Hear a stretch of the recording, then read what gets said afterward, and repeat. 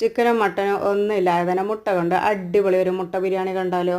അപ്പോൾ അതിന് വേണ്ടിയിട്ട് മുട്ട പുഴുങ്ങിയെടുക്കുക, ലൈനിട്ട് പാകത്തിന് മാറ്റി വെക്കുക. അത് കഴിഞ്ഞ് ഒരു പാനിൽ എണ്ണ ഒഴിച്ച് എണ്ണ ചൂടാകുമ്പോൾ ഗരം മസാല, മഞ്ഞൾപ്പൊടി, മുളക് പൊടി ഇത് മൂന്നും കൂടി ഇട്ട് എണ്ണയിലിട്ട് വറുത്ത് നമ്മൾ പുഴുങ്ങി വെച്ച മുട്ട ലൈനിട്ടതിൻ്റെ ശേഷം ആ എണ്ണയിലിട്ട് ഒന്ന് ചൂടാക്കി എടുക്കാവുന്നതാണ്. അധികം ചൂടാണ്, മുരിഞ്ഞ് പോകരുത്, കട്ടി കൂടിപ്പോൾ.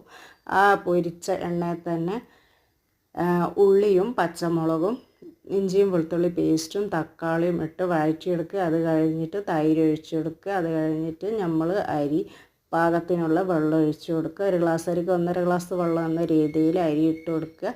വെള്ളം ഒഴിച്ച് പുഴുങ്ങിയ വറുത്ത മുട്ടയും കൂടി അതിലേക്ക് ഇട്ട് ഒരു വിസിൽ എടുക്കുക. അപ്പോൾ അത് കഴിഞ്ഞ് അതിൻ്റെ മുകളിലേക്ക് ഒരു സ്പൂണ് നെയ്യ് ഒഴിച്ച് കൊടുക്കുക. അപ്പോൾ ഇത്രയും പെട്ടെന്ന് 5 മിനിറ്റ് കൊണ്ട് അടിപൊളി മുട്ട ബിരിയാണി ഇവിടെ റെഡി ആയിട്ടുണ്ട്.